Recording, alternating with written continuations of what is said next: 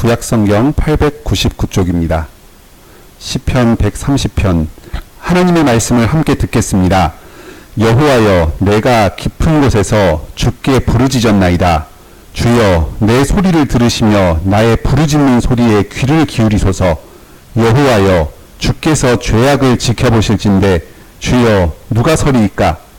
그러나 사유하심이 주께 있음은 주를 경외하게 하심이니이다. 나 곧 내 영혼은 여호와를 기다리며 나는 주의 말씀을 바라는도다. 파수꾼이 아침을 기다림보다 내 영혼이 주를 더 기다리나니 참으로 파수꾼이 아침을 기다림보다 더하도다. 이스라엘아, 여호와를 바랄지어다. 여호와께서는 인자하심과 풍성한 속량이 있음이라. 그가 이스라엘을 그의 모든 죄악에서 속량하시리로다. 아멘.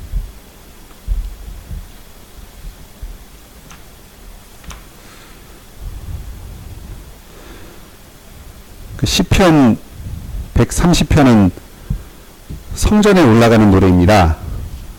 저희는 몇 주 전부터 시편 120편부터 134편까지 성전에 올라가는 노래를 순서대로 배우고 있습니다. 이것은 이스라엘 백성들이 1년에 3번 절기 때마다 예루살렘 성전에 올라갈 때에 그 여행길에 불렀던 노래로 알려져 있습니다.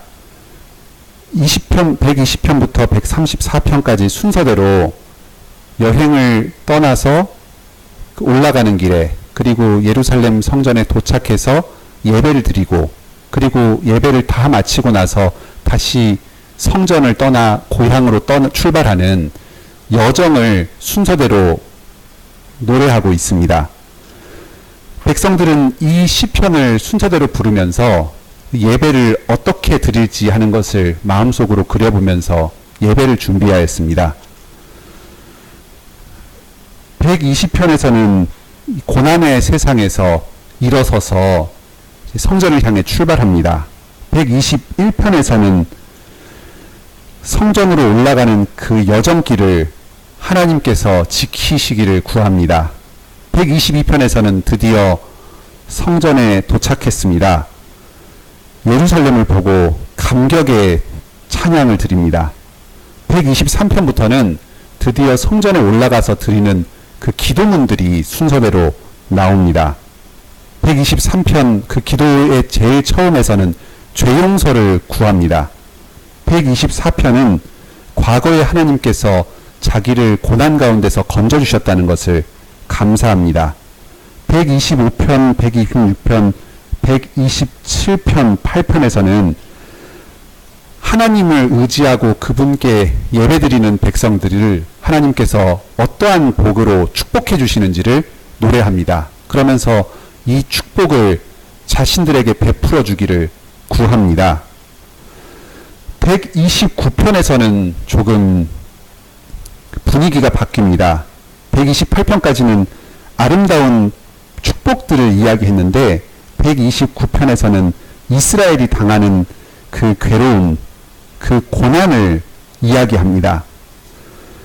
포로에 잡혔을 때 등에 채찍질을 가해서 힘들었지만 하나님께서 이들을 구원하실 것이다 하는 것을 이야기합니다. 자기의 그 고난의 현실 가운데서 건져주실 것을 구하는 기도입니다. 130편에서는 다시 죄용서의 기도가 나옵니다. 이러한 그 시편 성전에 올라가는 노래의 전체적인 순서를 보면 우리가 예배를 드릴 때 어떠한 기도를 하나님께 올려드려야 되는가 하는 것에 대한 중요한 통찰을 얻을 수 있습니다. 여기 123편부터가 그 성전에 올라가서 드리는 그 예배 때의 기도문들인데요. 처음에 죄용서를 구하는 기도를 드리고, 그 다음에 하나님께서 자기를 고난 가운데 건져주신 것을 감사하고, 그리고 하나님께서 계속해서 자신의 기업과 가정에 복을 주셔서 풍성한 재물을 주시고 또 자녀를 주시기를 간구하는 기도를 드립니다. 그리고 자기를 고난 가운데서 구하여 주시기를 간구하는 기도를 드립니다. 그렇게 하고 나서 다시 130편에서 죄용서의 기도로 돌아옵니다. 기도가 진행되면서 처음 기도를 시작할 때에도 죄용서의 기도를 드렸고 한참 동안 감사와 간구의 기도를 드리다가 다시금 죄용서를 구하는 기도를 드리게 됩니다. 이것이 바로 예배 때에 드리는 기도 중에 죄용서의 기도가 가장 중요하고 그 핵심적인 기도라는 것을 가르쳐 줍니다. 우리가 감사하고 간구를 하다가도 스스로 자꾸 이런 것들을 주님 앞에서 받을 자격이 없는 자이고, 그리고 이런 것을 구할 자격이 없는 자라는 스스로의 죄에 대한 인식이 예배 가운데서 계속 이루어집니다. 그래서 하나님께 다시금 죄를 용서해 달라고 기도할 수밖에 없습니다. 이 중간에 나오는 하나님께서 자기의 기업과 가정해 주시는 복들, 그리고 여러 고난 가운데서 구하여 주신 것들, 이러한 간구들, 이런 것들이 전부 죄용서 안에서 의미를 가집니다.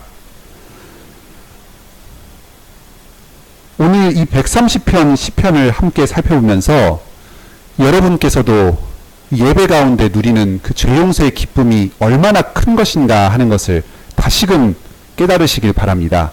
그리고 오늘 이 시간에 주님 앞에 말씀을 들으며 마음으로 나아가셔서 다시금 죄용서의 기쁨을 누리기를 함께 구합시다. 본문을 살펴보겠습니다. 먼저 첫 번째 말씀 1절로 4절까지 죄인을 용서하시며 자신을 경외하게 하시는 하나님, 이런 말씀을 살펴보겠습니다. 이 시인은 지금 깊은 곳에서 주님께 부르짖습니다. 아주 깊은 곳, 아무리 자기가 부르짖어도 자기의 목소리를 들을 사람이 아무도 없을 것 같은 그런 곳입니다. 죽음과도 같은 곳입니다. 아주 바닷속의 깊은 수렁에 잠긴 것 같은 그런 곳입니다. 이 시편에서는 이 깊은 곳이다 하는 이 말이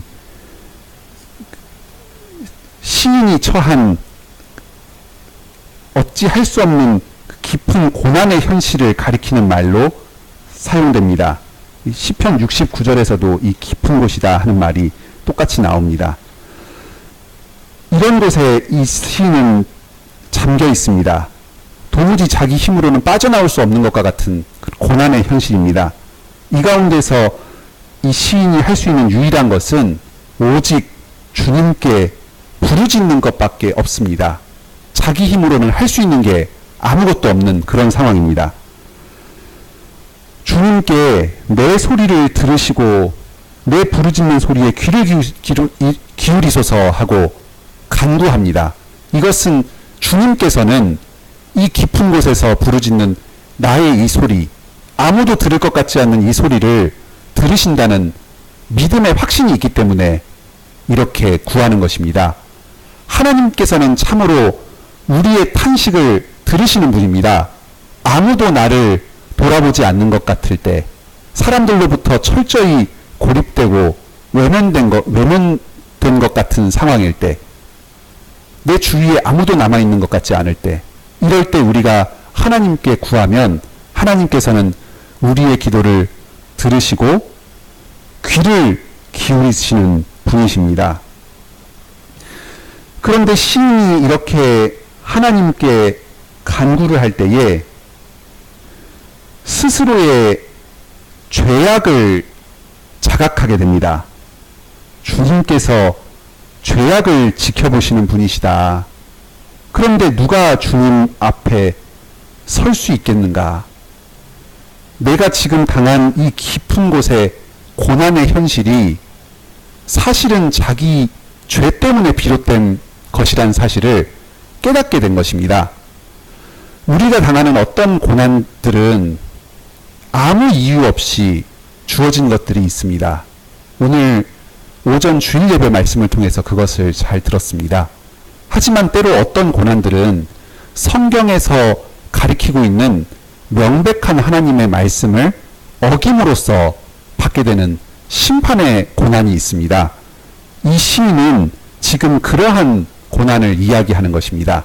이것은 내가 지금 이렇게 고난에 처하게 된 게 어쩌면 내 죄악 때문일지 모른다. 이런 것이 아닙니다. 그 고난 가운데서 내가 참으로 죄인이고 내 죄로 말미암아 이런 비참한 지경에 처하게 되었다는 것을 아주 명백하게 자각하고 하나님께 구하고 있는 것입니다. 하나님께서 우리의 죄악을 지켜보시는 분이십니다. 아무도 자신의 죄를 하나님 앞에서 숨길 수가 없습니다. 그리고 하나님께 나를 살려달라 하고 구할 수 있는 자격이 있는 자가 없습니다. 내 죄의 값을 치러야 된다면 나는 이 깊은 곳에서 죽어가야 할 것이고 그냥 이대로 세상에서 생명이 끊어져야만 마땅할 것 같은 생각이 듭니다. 하지만 이 시인은 주님께서 용서하시는 분이라는 것을 근거로 주님께 구하고 있습니다. 사유하심이 주께 있다. 이 사유한다는 말은 용서한다는 말입니다. 사라는 말이 죄를 사하여 주옵시고 할 때 그 사자하고 같은 한자입니다. 용서하심이 주께 있습니다. 주님께서는 죄인을 굽어보시고 용서하시는 분이십니다. 이스라엘 백성들이 하나님과 십계명의 언약을 맺은 직후에 모세가 호렙산에서 하나님의 율법을 받을 때 40일 동안 그 호렙산의 율법을 받을 때 불과 얼마 전에 이스라엘 백성들이 하나님의 임재를 강력하게 경험하였습니다. 하나님께서 우리 앞에 계시면 우리가 다 죽을 것 같으니까 부디 선지자를 통해서 말씀을 전해달라 하고 간청했던 백성들입니다. 그런데 불과 몇십일 지나지 않아서 아래쪽에서 금송아지를 섬겨서 하나님 앞에 우상숭배하는 큰 죄를 범하였습니다. 하지만 하나님께서는 이러한 이스라엘 백성들을 다 용서하여 주셨습니다. 진노하셨지만 모세의 간구를 듣고 백성들을 용서하시고 다시 한번 기회를 허락하여 주셨습니다.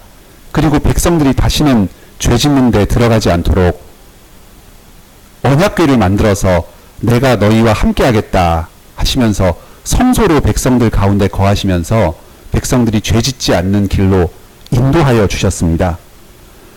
인간이 죄를 짓는 것, 하지만 하나님께서 그런 죄인을 용서하시는 것이 이스라엘 역사의 아주 초반, 그 하나님과 언약을 맺으신 그 직후부터 이스라엘의 역사에서 계속되었습니다. 이렇게 죄인이 죄를 지었을 때 하나님께서 용서하시는 것 앞에 서게 되면 이 죄인은 주님을 경외하는 마음이 들게 됩니다. 경외한다는 것은 두려워한다 하는 말입니다. 두려움을 한자로 쓰면 경외입니다. 하나님께서 마땅히 죽을 죄인을 용서해 주시면 그 죄인은 살게 됩니다. 하지만 용서해 주시지 않으면 그 죄인은 영원한 죽음 가운데로 떨어지게 됩니다. 하나님께서 주권적으로 죄인을 용서하시고 그렇지 않고 하는 것에서 그 죄인의 생명과 사망이 갈려집니다. 참으로 하나님은 높으신 분이다. 나를 죽게도 하실 수 있고 살게도 하실 수 있는 분이다. 하지만 이분께서 나에게 은혜를 베푸셔서 내 죄를 용서하시고 나를 살려주셨다 하는 것을 그 죄용서의 사건 앞에서 죄인은 분명하게 깨닫게 됩니다. 그러면서 하나님이 참으로 높으신 분이라는 것을 깨닫고 하나님을 두려워하는 마음을 갖게 됩니다. 하나님께 죄를 짓는 것은 하나님을 사랑하지 않고 경외하지 않기 때문입니다. 구약의 여러 계명들, 신명기를 비롯한 여러 계명들은 하나님을 사랑하는 것과 경외하는 것을 서로 연결시켜서 이야기하고 있습니다. 사랑하는 것, 경외하는 것, 그리고 그분의 율법에 순종하는 것, 이것들을 전부 같은 맥락에서 이야기하고 있습니다.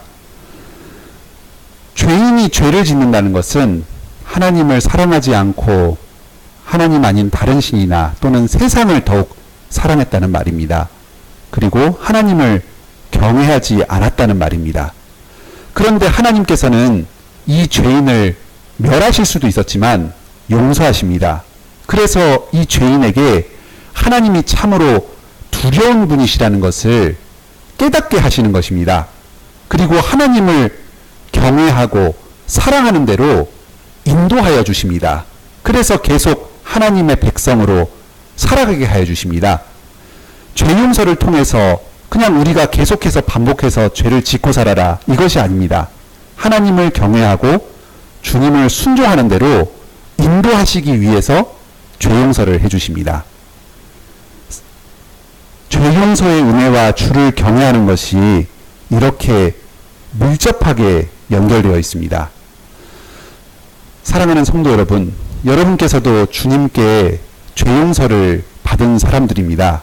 그리스도를 믿고 그분 안에서 우리의 모든 죄가 다 사하여졌습니다. 우리가 계속해서 세상에서 작은 죄들을 지을 때가 있습니다. 우리 안에 남아있는 여러 죄가 있습니다. 그리고 때로 우리의 연약함 때문에 죄 짓고 싶지 않아도 걸려 넘어질 때가 있습니다. 그럴 때 다시금 주님 앞에 나와서 회개하고 죄 용서 받으시기 바랍니다. 그리고 죄 용서를 해주시는 그분께서 나를 멸하실 수도 있는 분인데 나에게 은혜 베푸셔서 다시 살려주셨다, 새 생명 주셨다 하는 것을 깨닫고 주님을 점점 경외하는 대로 나아가시길 바랍니다. 주님은 죄 용서를 통해서 우리를 계속해서 주님 가까이로 인도하여 주십니다. 그 인도하심에 순종하여서 더욱 주님께 회개하고 더욱 주님께 가까이 가시길 바랍니다. 다음 두 번째 말씀입니다. 5절로 8절입니다. 이스라엘 전체가 함께 죄 용서를 구하며 하나님을 경외한다 하는 말씀입니다. 지금까지 1절로 4절에서는 이 시인 개인이 체험한 죄 용서의 은혜를 이야기했습니다. 그런데 이 죄 용서가 이제 이스라엘 공동체 전체로 확장이 됩니다. 5절에서 시인은 나 곧 내 영혼은 여호와를 기다리며 나는 주의 말씀을 바라는도다 합니다. 주님께 간구하는 과정에서 스스로의 죄를 깨닫고 용서하심이 주님께 있습니다 하면서 주님께서 죄 용서해 주시기를 간절하게 구했습니다. 이제 이 백성은 주님의 말씀을 바라고 있습니다. 여호와께서 오시기를 기다리고 있습니다. 이 백성이 지금 바라는 것은 한 가지 말씀입니다. 바로 사죄의 선언입니다. 너의 죄가 다 용서받았다 하는 그 하나님께서 주시는 한 가지 말씀입니다.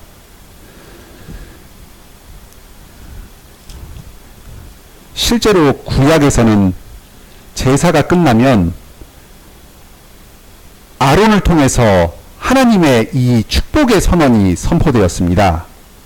여호와는 내게 복을 주시고 너를 지키시기를 원하며 여호와는 그의 얼굴을 내게 비추사 은혜 베푸시기를 원하며 여호와는 그 얼굴을 내게로 향하여 드사 평강 주시기를 원하노라 합니다.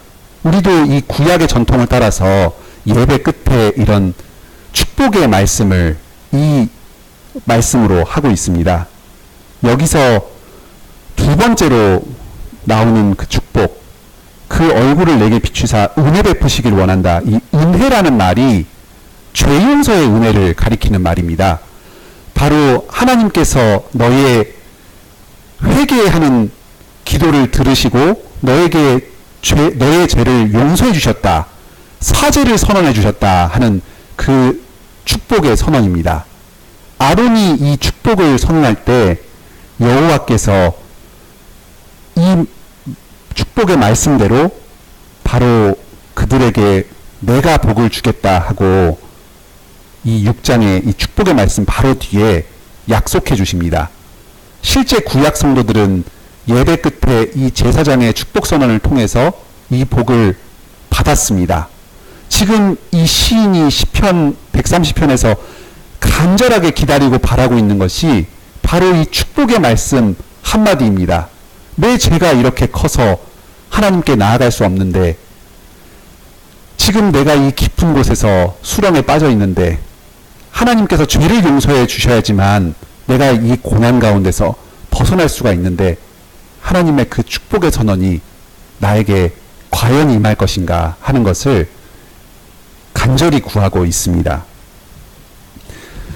우리도 지금 예배에 참여해서 하나님의 말씀을 듣고 또 헌금을 하고 마지막에 찬송을 부르고 이 축도를 할 때 이 축복의 선언 말씀이 예배의 한 순서처럼 너무 당연하게 느껴지고 어쩌면 무미건조하게 그냥 익숙하게 지나가고 있는지 모르겠습니다. 하지만 지금 이 시편 130편의 이 성도는 이 하나님의 죄용서의 선언의 말씀, 이 한마디 말씀이 자기의 삶과 죽음을 갈라놓는다 하는 이 간절한 심정을 가지고 이 예배의 자리에 나와서 기도드렸습니다. 우리도 예배 때 우리에게 선포되는 이 그 죄용서의 기도 이후의 사죄의 선언, 그리고 예배 맨 마지막에 선포되는 그 축도에서의 죄사함의 선언, 이 한마디 말씀을 간절히 고대하는 마음으로 예배에 참석할 수 있다면 참 좋겠습니다. 그래서 그 말씀을 들을 때 죄용서의 은혜가 얼마나 큰 것인가 하는 것을 풍성하게 경험할 수 있다면 참으로 복되겠습니다. 여기 6절에서는 이 기다림이 얼마나 큰지를 강조하고 있습니다. 성경에 따라서 큰 글씨와 작은 글씨가 구별되어 있는 성경이 있는데요. 이제 성경에 직접 나오지 않은 말을 문맥상 이렇게 흐름을 좋게 하기 위해서 들어간 구절들을 작은 글씨로 써놓은 성경들이 있습니다. 거기에 보면은 여기 기다림이란 말이 작은 글씨로 되어 있는 것을 볼 수 있습니다. 파수꾼이 아침을 기다림보다 내 영혼이 주를 더 기다리나니 참으로 파수꾼이 아침을 기다림보다 더하더라. 이 기다림이란 말을 작은 글씨로 써놓은 걸 보는데, 실제로 이 원문에서는 이 6절에서 기다림이라는 말을 생략하고 있습니다. 파수꾼이 아침을 보다 내 영혼이 주를 더, 참으로 파수꾼이 아침을, 이런 식으로 써 있습니다. 그렇게 생략을 하면서 이 앞에 5절에 있는 기다림이라는 말을 받아서 그것을 더 강조하고 있습니다. 간절하게 기도하고 있다는 것을 이 시인이 생략을 통해서 드러내고 있는 것입니다. 이 5절, 6절, 이 짧은 구절에서 기다린다는 말을 5번이나 반복해서 쓰고 있습니다. 나 곧 내 영혼은 여호와를 기다리며 파수꾼이 아침을 기다림보다 내 영혼이 주를 더 기다리나니 참으로 파수꾼이 아침을 기다림보다 더하도다. 5절에서도 나 곧 내 영혼이 이렇게 번역이 되어 있는데, 이게 실제로 보면은 내가 하나님을 기다리며 내 영혼이 기다린다 해서 두 문장으로 되어 있습니다. 그래서 5절에서 2번, 또 6절에서는 생략을 통해서 3번 합쳐서 5, 6절에서 기다린다 하는 말이 5번이나 나오고, 또 바란다 하는 말도 같은 의미니까 6번이나 나옵니다. 얼마나 간절하게 그 죄용서의 은혜를 이 시인이 구하고 있는지를 나타냅니다. 파수꾼이 아침을 너무 기다립니다. 밤 새워서 보초를 서면 그 칼바람 때문에 얼마나 몸이 시렵고 힘든지 모릅니다. 아침이 되면 근무 시간이 끝나서 숙소에 들어가서 잠을 청할 수 있는데, 그 파수꾼보다도 정말 간절하게 자기가 하나님의 그 죄 용서의 말씀 한마디를 간절하게 구한다. 이렇게 노래하고 있습니다. 그러면서 7절에서 시인은 온 이스라엘에게 이야기하고 있습니다. 이스라엘아, 여호와를 바랄지어다. 지금 이 시인이 1절에서 처하고 있는 깊은 곳에서 주께 부르짖는 이것이 비단 나 개인의 문제일 뿐만 아니라 온 이스라엘이 함께 겪고 있는 민족 전체의 문제라는 것을 여기서 드러내고 있습니다. 지금 이 시인이 노래하는 고난은 단지 개인적인 고난을 노래하는 것이 아니라 민족 전체가 민족의 죄 때문에 겪고 있는 고난을 지금 시인이 대표해서 간구하고 있는 것입니다. 그리고 그 간구에 백성들이 다 함께 동참하기를 구하고 있습니다. 아마 이스라엘 전체가 큰 전쟁이나 기근 아니면은 포로가 된 것, 이런 것으로 하나님께 죄를 지어서 그 징계를 당해서 큰 시련 가운데 있는 그런 상황이었던 것 같습니다. 백성들이 다 함께 지금 하나님께 죄 용서를 구하는 대로 나아가고 있습니다. 여호와께서는 인자하시며 풍성한 속량이 있음이라. 이 인자는 우리가 여러 번 들었던 그 헤세드라는 거고, 인애라고도 자비하심 이렇게도 번역되는 말인데, 하나님께서 그 백성들과 언약을 맺은 그 사랑을 기억하시는 사랑을 이야기합니다. 다른 말로는 사랑이라고도 이야기할 수 있습니다. 그리고 속량이 있다 합니다. 이 속량이라는 말은 구속이라고도 부르는 말인데, 값을 치러서 종을 해당시키는 것을 이야기합니다.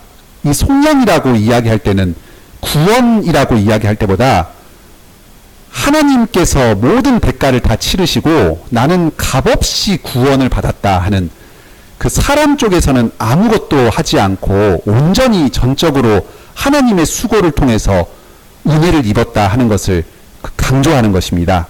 구약에서는 하나님께서 애굽 땅 종되었던 데서 이스라엘 백성들을 구원하여 주신 것에서 이 속량이라는 표현을 쓰고 있습니다. 이스라엘 백성들이 애굽에서 종살이 하다가 하나님께 구원을 받았는데, 그 과정에서 이스라엘 백성들이 한 것이라고는 아무것도 없습니다.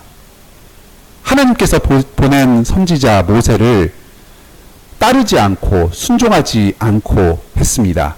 재앙을 보내서 바로왕을 굴복시켰던 것도 모세 하나님이시고, 그리고 호멜을 갈라서 추격하던 애굽 군대들을 모두 몰살시키셨던 것도 하나님이셨습니다.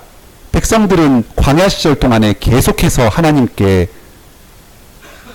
거부하고 하나님을 반역하였지만, 그것을 계속 인내하시고 용서하시면서 광야에서 먹이고 입히시고 또 마시게 하시고 정갈과 여러 어려움 가운데서 안전하게 보호하시면서 길을 내시고 인도하신 분, 바로 하나님이셨습니다. 이 출애굽의 모든 여정이, 이 구원이 오직 하나님께만 전적으로 달려있다는 것을 우리에게 분명하게 가르쳐 줍니다. 이스라엘이 여호와를 바라면서 죄 용서를 구하며 스스로를 이렇게 낮추고 모든 구원이 오직 하나님께만 있다 하고 하나님께 기도하라고 이야기합니다. 그분께서 이스라엘을 과연 속량하실 것입니다. 값을 주고 이들을 해방시키실 것입니다. 그들이 가지고 있는 모든 죄악에서 완전히 구원하실 것입니다. 단지 지금 이 깊은 곳, 이 고난 가운데서 건지실 뿐만 아니라 또 죄를 용서하실 뿐만 아니라 이 죄의 세력 가운데서 완전히 해방시키실 것이다 하는 이 근본적인 죄로부터의 해방, 이것을 이 시편 130편에서 이야기하고 있습니다. 이렇게 구약의 곳곳에서 이 죄의 세력, 사단으로부터의 완전한 해방을 이렇게 미리 노래하고 또 예언하고 있습니다. 다음 세 번째 말씀을 듣도록 하겠습니다. 디도서 2장 말씀입니다. 그리스도께서 죄인들을 속량하심으로 선을 행하며 살게 하신다 하는 말씀입니다. 이 시편 130편 가장 마지막 절, 그가 이스라엘을 그의 모든 죄악에서 속량하시리로다 하는 이 말씀이 신약에서 인용된 구절이 있습니다. 바로 디도서 2장 14절입니다. 이 부분을 통해서 죄인을 속량하시는 하나님의 은혜가 어떤 것인지 하는 것을 조금 더 생각해 보겠습니다. 디도서 2장 11절로 14절입니다. 신약성경 348쪽입니다.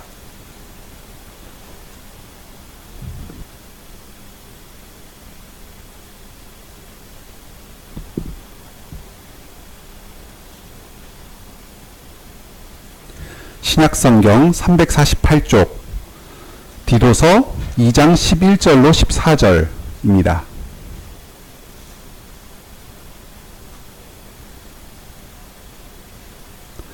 저와 여러분이 한 절씩 교독하겠습니다. 제가 먼저 읽겠습니다. 모든 사람에게 구원을 주시는 하나님의 은혜가 나타나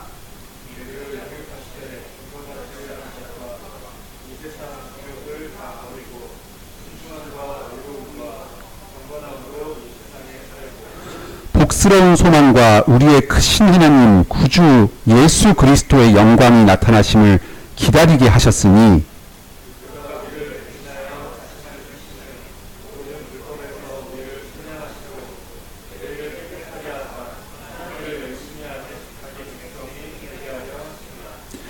여기 14절에 모든 불법에서 우리를 속량하신다 하고 이야기합니다. 이것이 바로 130편 8절을 인용한 것입니다. 이 디도서 말씀은 바울 사도가 후배 목사 디도에게 보낸 편지입니다. 이 디도는 그리스의 크레타라고 하는 그 도시에서 목회를 하고 있는 목사였습니다. 그런데 이 크레타 지역은 이방인들의 그 문란하고 방탕한 풍습이 아주 만연해 있는 도시였습니다. 그래서 참 그리스도의 복음을 전파해서 성도들을 거룩하게 변화시키기가 매우 어려운 환경이었습니다.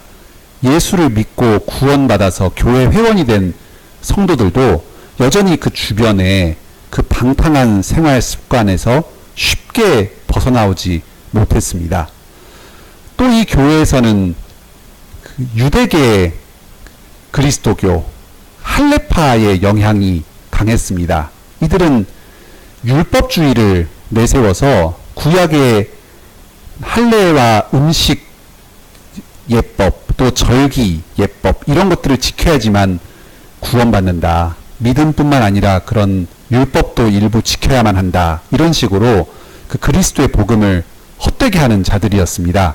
이런 자들이 디도의 그 그레데 교회에서 영향을 미쳤습니다.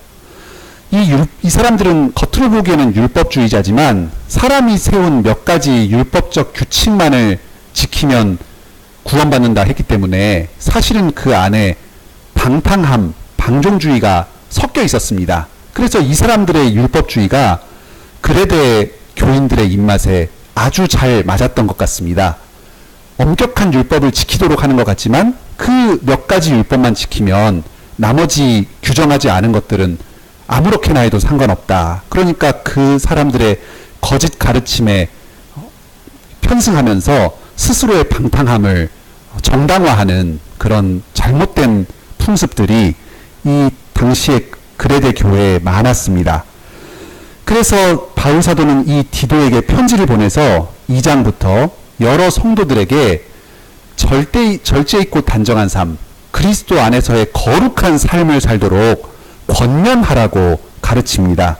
여기 2장 2절부터 보면 늙은 남자, 늙은 여자, 젊은 여자, 젊은 남자 뭐 이런 사람들 각각의 연령별로 거기에 걸맞는 신실한 삶을 가르칩니다.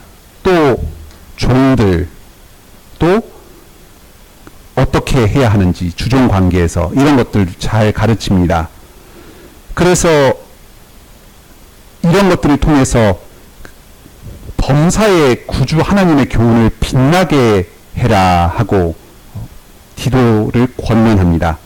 그리고 그렇게 성도들이 선한 삶을 살아야 하는 근거에 대해서 우리가 오늘 읽은 11절부터 이야기합니다. 그러니까 이 근거를 잘 풀어서 전달을 할 때에 여러 성도들이 이런 거룩한 삶을 살게 할 수 있다 하는 것입니다. 11절부터 보면 모든 사람에게 구원을 주시는 하나님의 은혜가 나타납니다. 예전에는 이스라엘 민족에게만 하나님의 구원이 주로 임하였고 이방인들에게는 그 구원의 기회가 닫혀 있었습니다.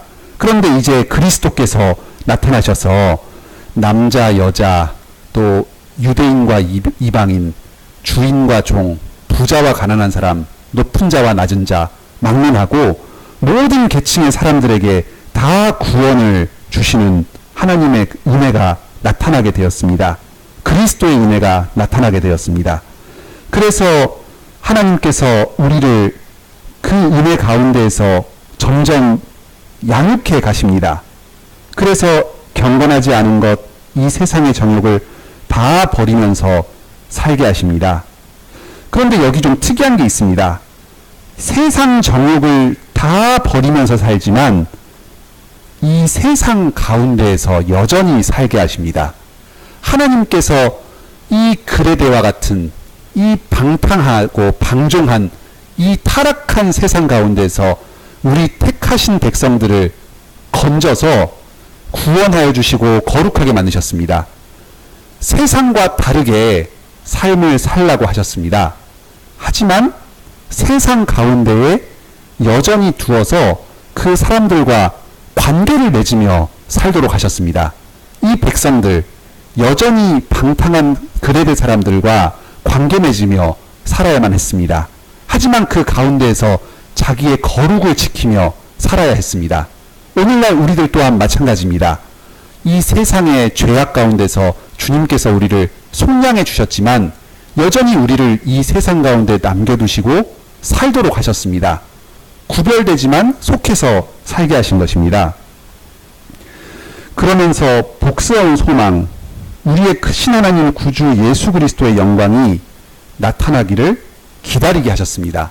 바로 우리에게 은혜를 베푸신 그 구원주 예수 그리스도께서 다시 이 땅에 재림하셔서 이 세상의 모든 악한 것들, 불의한 것들 다 멸하시고 새하늘과 새 땅을 창조하실 때까지 그분을 다시 오실 것을 기다리며 살게 하셨습니다. 그래서 그 중간에 살고 있는 우리는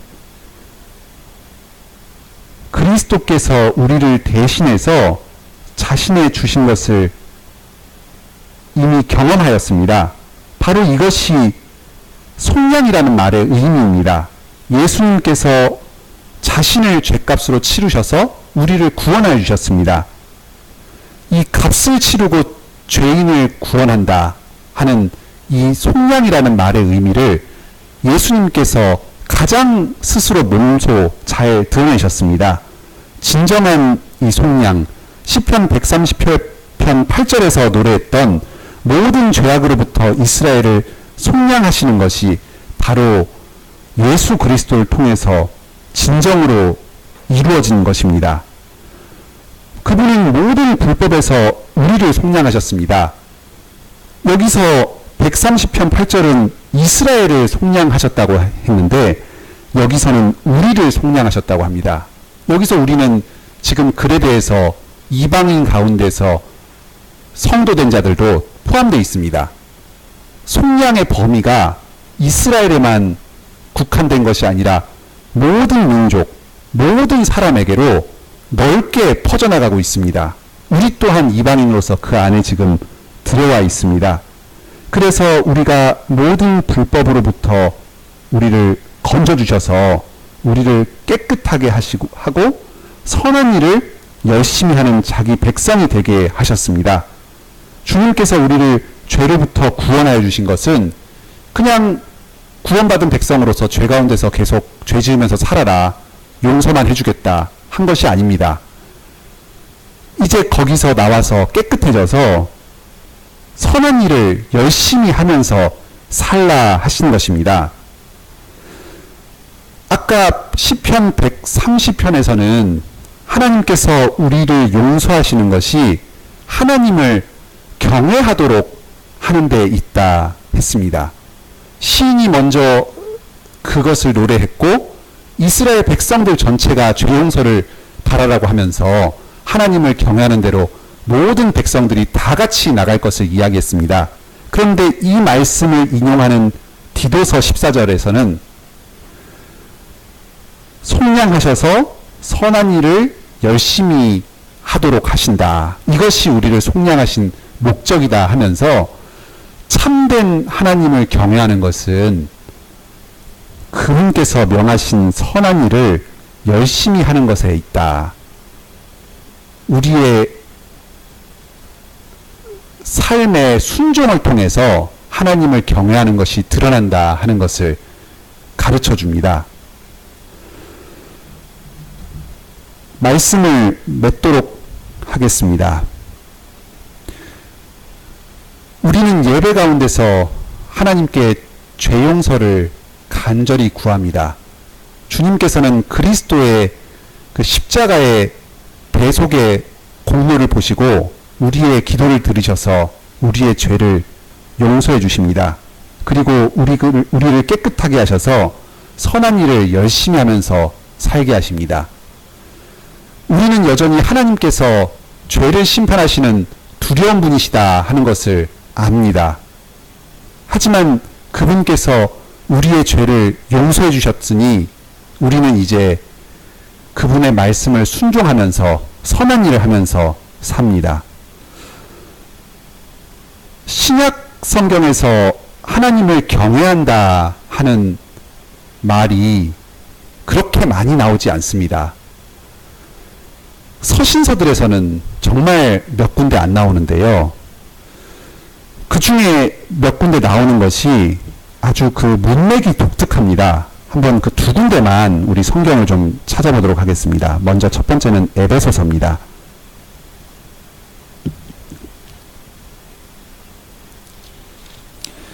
에베소서 5장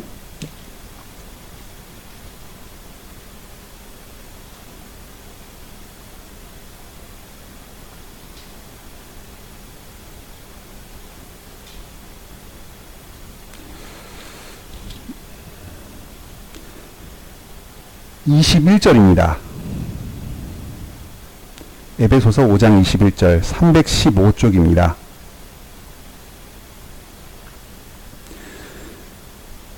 그리스도를 경외함으로 피차 복종하라 하는 것입니다. 그리스도를 경외하는 것과 서로 복종하는 것을 연결시키고 있습니다. 이 21절은 앞으로 붙일 수도 있지만 바로 뒤에 나오는 아내와 남편에 대한 것으로 붙여서 볼 수 있습니다. 그리고 뒤에 있는 자녀와 부모, 종과 상전 이런 모든 서로의 그 복종을 포괄하는 말로도 볼 수 있습니다. 그런데 일단 당장은 아내와 남편이 서로 피차 복종하라고 이야기합니다.